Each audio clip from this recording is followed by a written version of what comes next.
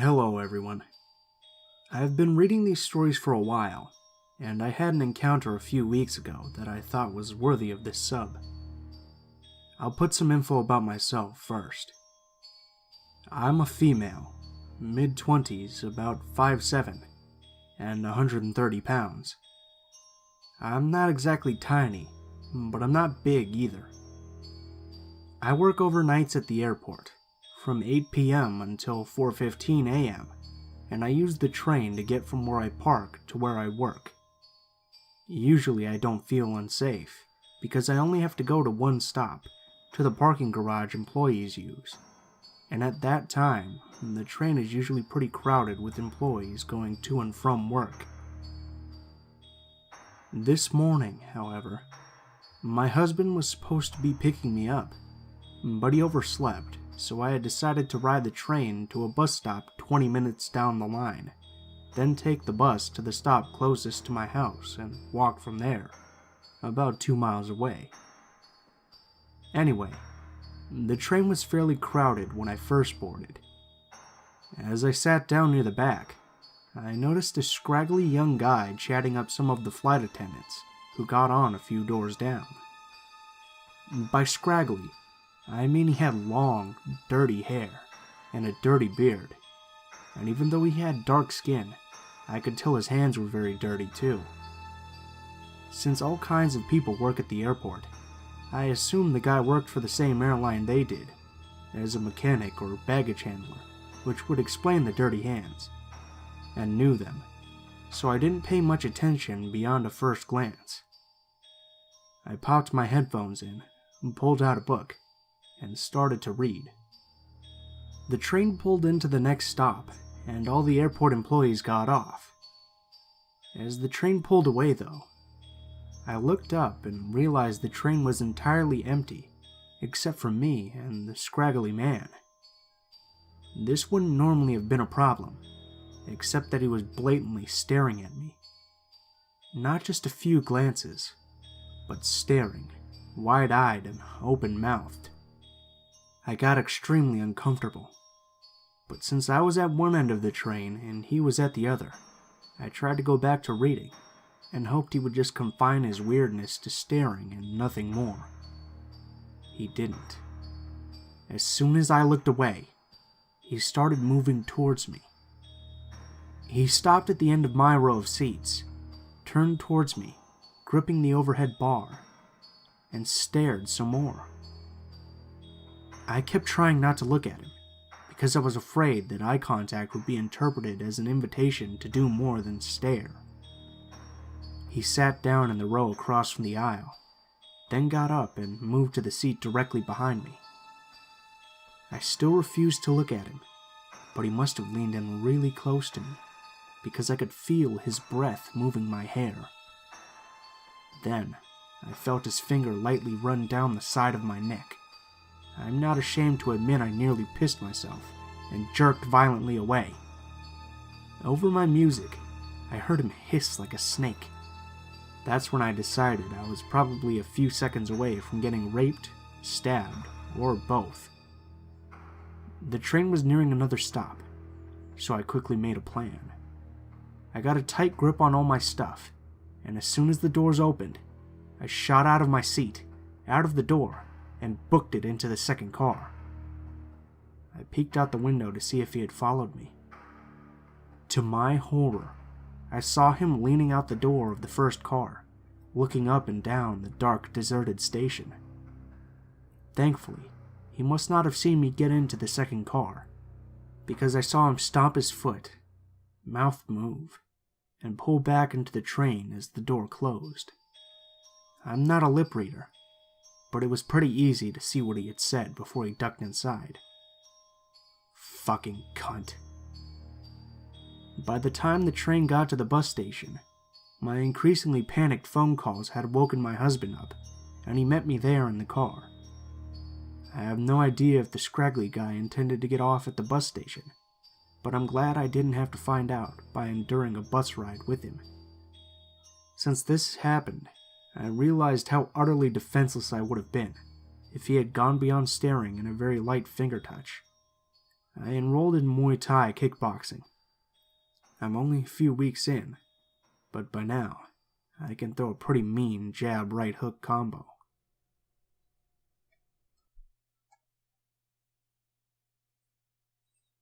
To start, let me give just a bit of background for context. I am a female, age 20, attending a university in the city about 45 minutes away from my suburban town, and I commute back and forth by train.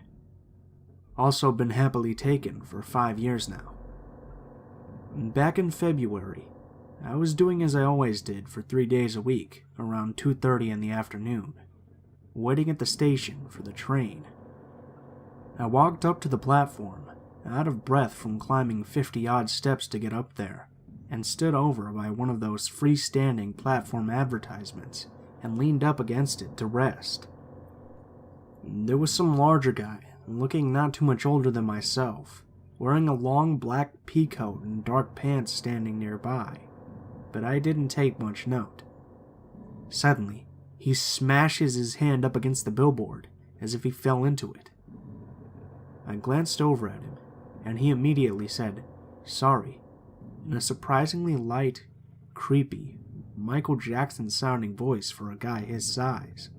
He was roughly 220 pounds, and about 5'7" or 5'8". Something seemed peculiar about that action that he just did on the advertisement. It almost looked like he intentionally banged into the billboard to get my attention. It looked pretty stupid out of my peripheral vision, and didn't sit right with me. That segued us into chatting while waiting for the train. Bear in mind that this entire interaction happened in only a span of 5 minutes, because I make sure I walk myself to the train with only little time to spare, so I'm not just hanging around the station after school. The area doesn't have the best reputation for safety and low crime.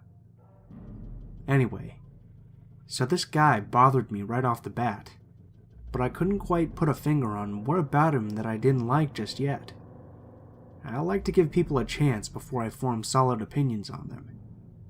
I figured maybe I'd make a friend at the train station so I'm not always by myself. So the train arrived shortly after, and I get on with him following closely behind me. Not anything abnormal when the train arrives. Everyone just piles on top of each other to board the train. There weren't any empty seats for the both of us, so I sat next to someone else. He sat behind me with someone else as well. I kept my head down at my phone and played some games and listened to music like I normally do, and I was content. I didn't want to be bothered with keeping myself spun around in my seat the whole ride to talk to him. Even when the train emptied out, we're the last stop, he kept sitting where he was. When we arrived, I got up, pulled out my headphones, and he just says, "Candy Crush?" So I happily nod and tell him that I'm addicted to playing it. Normal chatter, but a bit unnerving that he was peering over the seats to look at what I was doing. Not too abnormal though, I guess. So we get off the train and walk back to wherever each of us parked. We're chatting, and he says, "So I see you go to school on Mondays, Wednesdays, and Fridays. I always see you at the station in the morning and afternoon."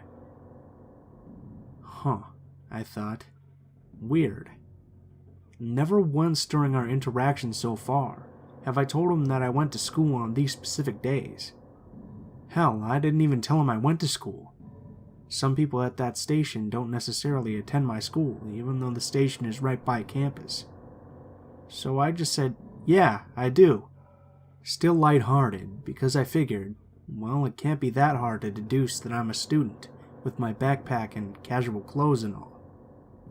Also, I wasn't as creeped out by him knowing the days I went to school, until I thought back on it later.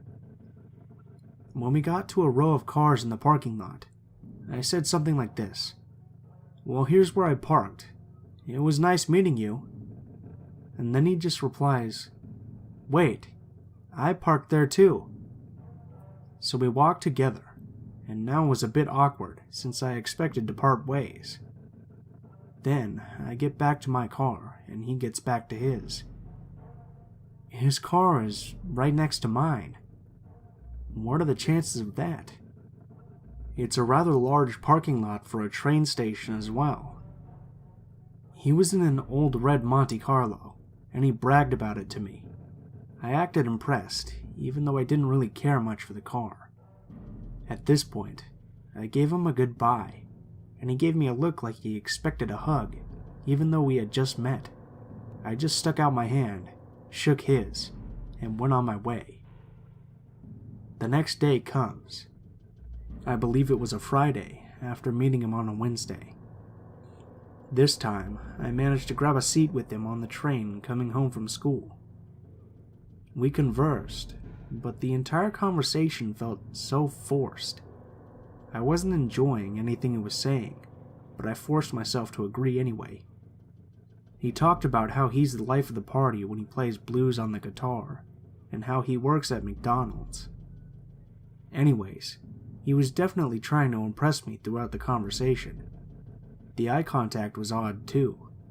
I'd glance away quickly, and he'd just keep staring at me. Who knows what he was thinking? I wasn't happy at all with how I felt after that conversation. I can't be friends with someone if I don't enjoy talking to them. So I got up and walked off the train with him. Yet again, we walked back to our cars, parked right next to each other. By now I was kind of weirded out. Was this guy watching me? I sure felt that way. This time, before parting, he asked for my number. I said nicely, how about Facebook? Do you have that? I guess I can add you on there. Pretty smooth. I was hoping he'd get some sort of hint from that. I don't typically like to randomly slip into conversation that I have a boyfriend, so I figured he'd add me on Facebook and see my relationship status and all. So the weekend comes, and I mull over how much I didn't like encountering this guy at the train station. I asked my friends for advice, told them everything, and they said to drop him. So what did I plan to do? Avoid him, of course, while also keeping my guard up and seeing what he did. Monday comes, and I'm back where I was. Walking up to the platform, I see no sign of him at first. I walk further down on the platform and tuck myself into a space between two freestanding station billboards and try to keep my head down. Moments later, I'm tapped on the shoulder. It's him. I give a simple nod and board the train. I knew he was right behind me. Luckily on the train, we got split between the conductor. Then I get a message on my phone from my Facebook Messenger app. Sorry, got caught up with the conductor. I replied, no problem. I just wanted to listen to music by myself today anyway, and left it at that. When I get to my stop, I'm pretty nervous at this point to make that 2-minute walk back to my car. I call up my boyfriend just to make myself look busy as I got off, and to have him on the line in case of something. I'm walking to my car now, being pretty sneaky about how I walk to it, weaving in and out of rows of cars. Then, out of my peripherals, I see him following me, even though I was taking the most inconvenient paths possible. He was on my tail, and it was pretty clear I was using a phone. My voice got a little more distant, and my boyfriend asked what was wrong. Finally, the guy catches up to me, and we cross paths, so I randomly decide to say babe mid-conversation to my boyfriend on the phone, hoping this guy would hear and back off like, okay, she's probably talking to her boyfriend, I'll leave her be. Nope. He's still following me. Finally, I sped-walked back to my car, and this time he was parked in a different spot, and different row from me. I got in my car and drove home. I'm not a particularly paranoid person, and it was the first time someone actually creeped me out to the point of me having to put real thought into ways to avoid this guy. After the phone incident, I continued to avoid him for another 2 weeks. Finally, while trying to remain once again inconspicuous at the station, I see a shadow next to me, but I keep my eyes on my phone. Then, he bends down and waves his large hand up at me to get my attention. I looked up. He asked me where I've been, and says that it's been 2 weeks, as if he was keeping track. I told him, I realized I prefer to be by myself at the station, just listening to music and all. Sorry. He gave the most ridiculous scowl I've ever seen on a human, gave a quick, okay, and walked off. Problem solved, or so I thought. When I arrived back at the parking lot, I went to my car without hardly a worry now. I didn't rush as much this time, pulled out of the parking lot, and made my way home. When I was about 5 minutes away from my house, I see an old red car speeding in the opposite direction. It was that classic Monte Carlo, and the driver looked pretty familiar. My heart's racing by this point. My gut told me it was him. I wondered why he might be driving around there. I knew his town was not in this direction at all. Was he looking for me in my car? He knew the general direction I went in to get home, because his car was behind mine when we pulled out of the station every day. That scared the living hell out of me, and I hope to never, ever see him in that stupid car ever again. Luckily, I didn't. Today, I'll still see him out of the corners of my eye, looming around by the top of the stairs to the train station platform. When I walk past, I feel his eyes on me. But he doesn't come over, and he doesn't speak to me. So for now, I feel safe.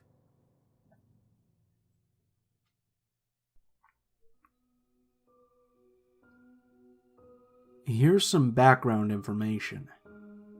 I live about an hour and a half away from my boyfriend. I have a public transit pass, so I frequently ride the train to and from his house. When I leave, I tend to take the latest train possible. I've met my fair share of creeps, but not once have I ever been as shaken up because of someone before than I am now. I'm a short girl, obviously a bit out of shape, but I don't look like some weak, helpless girl.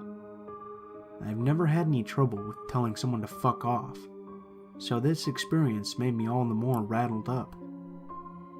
So the actual encounter. I'm sitting on the middle of this double-decker train, at a little table where most people tend to set up their laptops. I like the tables, because I actually have a place to put my shit. I'm jamming out to my favorite band, Radiohead, when this man boards the train and sits directly in front of me. I found this very strange because the entire train is nearly empty because of the hour. To top it off, this guy will not stop staring at me. Normally, like I said before, I would tell this guy to fuck off, but for some reason, I had trouble mustering up the words and courage. So I decided to move seats, but not too far because I was near my stop and didn't want to travel to another carriage. I move, but this guy stays where he first sat across from me and still refuses to look away. His eyes were determined and menacing, so I was really nervous. I tried my best to avoid his gaze, but even in the reflection of the window, I could still see him watching me. We near what I mistook as my stop, and walked down the small staircase to the exit doors.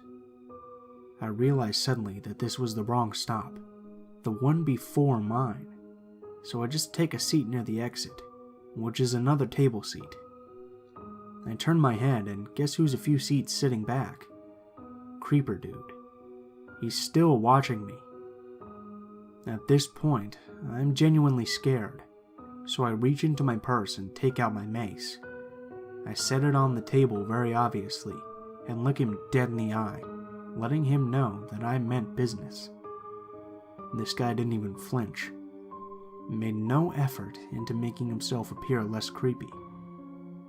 I hold the mace in my hand again and look away.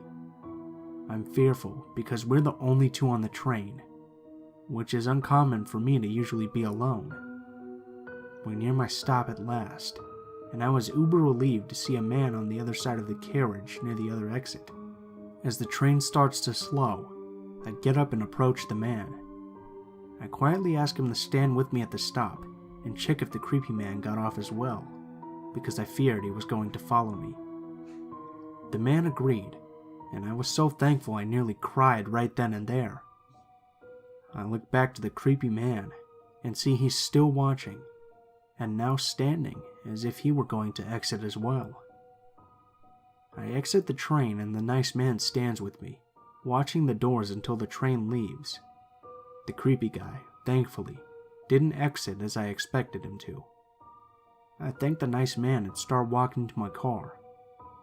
I start bawling and shaking like a goddamn baby, thinking about what could have happened if we were the only two on the train. I'm so grateful for that guy and my mace. On a side note, I've been reading this subreddit for quite some time now, and it was the reason I decided to take my mace with me everywhere. I feel like all these odd, haunting stories have kept me safer, and for that, I'm also truly grateful.